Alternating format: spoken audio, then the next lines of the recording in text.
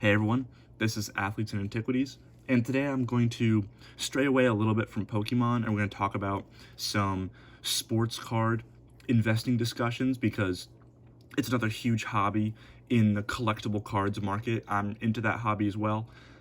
So we're going to talk about some things that are being discussed a lot right now, and those are how quarterbacks drive the market and comparing Hall of Famers to rookies.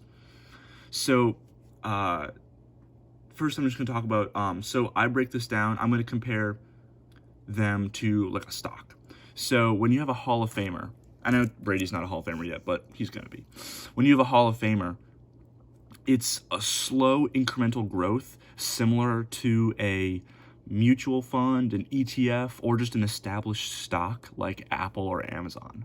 You know, he can have a bad week and you won't even notice because he has so much to look at that one bad week is not very noticeable. His value is going to maintain itself. Whereas when you look at things like a rookie, I have a Josh Allen right here. I'm going to knock down Aaron Donald. This Josh Allen rookie, he was a starter last year, and this year he's solidifying himself more. The Bills are doing pretty well. But if he has a couple bad weeks in a row, his market is going to tank because they have so little to look at that one bad week shows up so glaringly, whereas the Hall of Famer, on the other hand, it doesn't. And so I'm going to break this thing down into rookies are based on prediction, but Hall of Famers are built on production. So when you're investing in that Josh Allen, you're investing in what you think he can do. You think, oh, he could be the next Big Ben or whatever it may be. Whereas with Tom Brady and other GOATs, really established players, Hall of Famers, it's less about what they can do and more about what they have done and preserving that legacy. So we're going to look at one player in particular that was blowing up really early in this football season. He's calmed down a little bit, and I think the fact that he calmed down is very interesting. And that is Clyde Edwards-Helaire. So he's the running back for the Chiefs, and this is his rookie year. He started off really hot. His Mosaic Silver Prisms in September were selling for $200. This is after a few good games that he had, and the product just dropped. And now he sells for $15 because the hype died down, even though he still produces. He's still a very good player, but the hype around him died down because he's not like the guy. Mahomes is the guy, like Mahomes is the guy on the Chiefs, no matter how good Clyde Edwards-Helaire is. So he's down to $15. And comparing him to other players of similar caliber, Christian McCaffrey, he has more years of production. He's better than Clyde Edwards-Helaire, and he's only $10. So that just goes to show you that the hype drives that market, and because they're so young, their prices are so volatile, it's very dangerous to get in that game. Like looking at Brady can tear his ACL tomorrow and it won't matter because his legacy is set in stone. I'm going to use this analogy for a little bit. So Brady's legacy is set in stone. It can't be removed. His 6 Super Bowl rings, his 3 MVPs, his however many Pro Bowl selections, all of that is set in stone. He can add to that. They can engrave more into that stone, but you can't take away. Whereas a player like Josh Allen or Clyde Edwards-Helaire, they have a blank slate. They have a blank stone, and you're pretty much paying to try and get in before those engravings happen. Before Josh Allen might win a ring or something, or Clyde Edwards-Helaire, he's on the Chiefs, he might win a ring this year. You're trying to get in before that happens. So you're paying for that blank slate. But the problem is, if that never gets filled up, if that stone that we're using as our analogy, if those engravings never happen, if Clyde Edwards-Helaire never wins a ring, if Josh Allen never wins a ring, never wins an MVP, I don't think he's going to win an MVP, but just like if he never does those things, you're paying for that blank slate and nothing's going to get added to it. So it's very dangerous. So like you're trying to buy in before that legacy, and like I said, the potential can go to zero. So one way that people do that is, if you do love investing in rookies, that's totally fine, do your thing. Look at who they might turn into. So with Josh Allen, he's never going to be Tom Brady. They just have a different style of play. Tom Brady, it was a very patient pocket passer. He's like a scalpel. He's very precise, makes small incisions, and he's unstoppable in that way.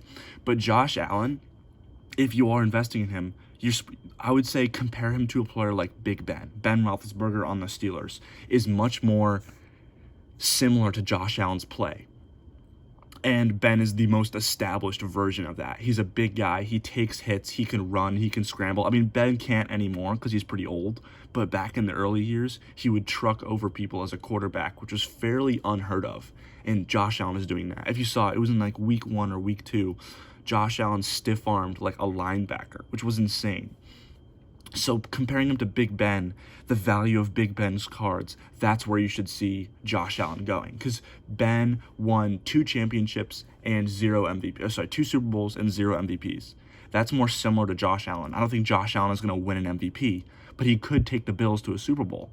So the best case scenario for Josh Allen is to be Big Ben. And so comparing his prices right now to Big Ben's prices can help you establish, oh, what could this card be worth in the future? Because Ben is a locked-in Hall of Famer. He's got his 2 chips, and Josh Allen is trying to achieve that. So you shouldn't compare Josh Allen to Patrick Mahomes or Tom Brady and say, oh, well, they sold for this much. Josh Allen can do that as well. Yes and no. There's a very low chance of that happening. So comparing him to someone that's more realistic is much more logical. And so the next thing I'm going to talk about is quarterbacks versus skill defense. So the reason why I'm comparing quarterbacks with skill players in defense is because quarterbacks drive the market. And a bad quarterback will sell for more than a good skill player or defense player. So let's look at Aaron Donald. So Aaron Donald this is his rookie card from 2014. He's arguably the best defensive player in the league right now. You could say TJ Watt might be having a better season, but in terms of better overall player, Aaron Donald is the best player on defense. So because he's the best defensive player, you'd think he'd sell for a lot. But people only really care about quarterbacks, which is unfortunate. So a player like Baker Mayfield, he's not a bad quarterback. Baker Mayfield I would say he's a very average quarterback, but his cards will always sell more than Aaron Donald.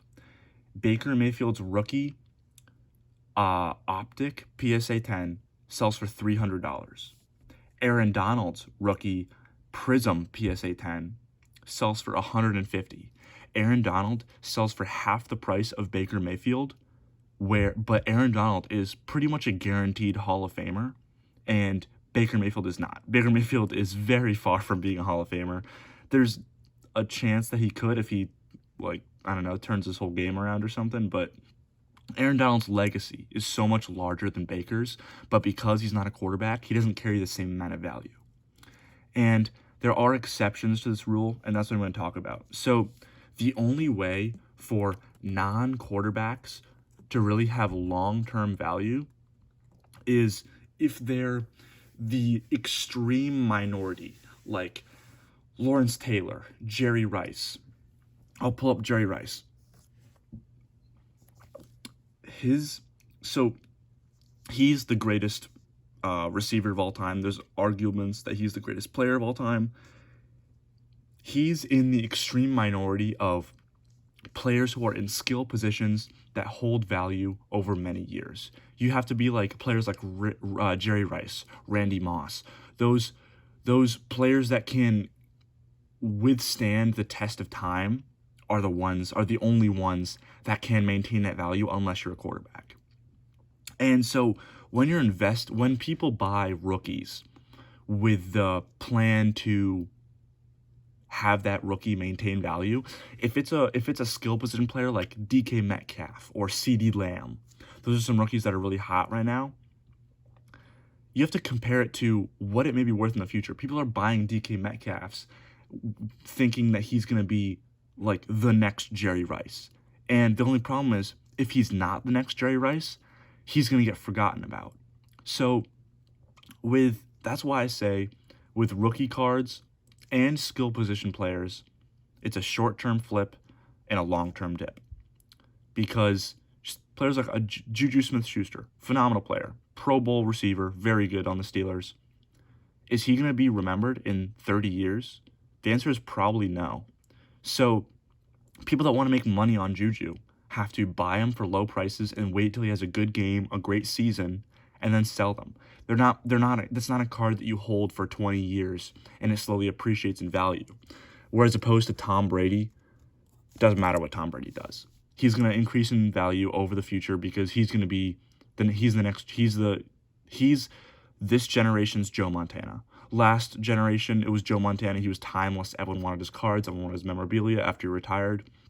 And now that's Brady. So when looking at those rookies and those skill position players, you have to compare them to who are they most like and how did those cards behave. And this is all monetary talk. If you like a player, buy that player. If you love Josh Allen, you don't care if he's the next Big Ben. You don't care if he's the next whoever. If you like that player, buy that player. If you're just trying to enjoy it, I'm a Steelers fan. I bought some Juju Smith-Schuster, not because I think he's going to be the next Jerry Rice. I bought him because I like Juju Smith-Schuster. I think he's a fun player. He's a fun personality. He's a fun off-field persona. That's what I like about him. So I bought some of his cards, not because I plan on making money.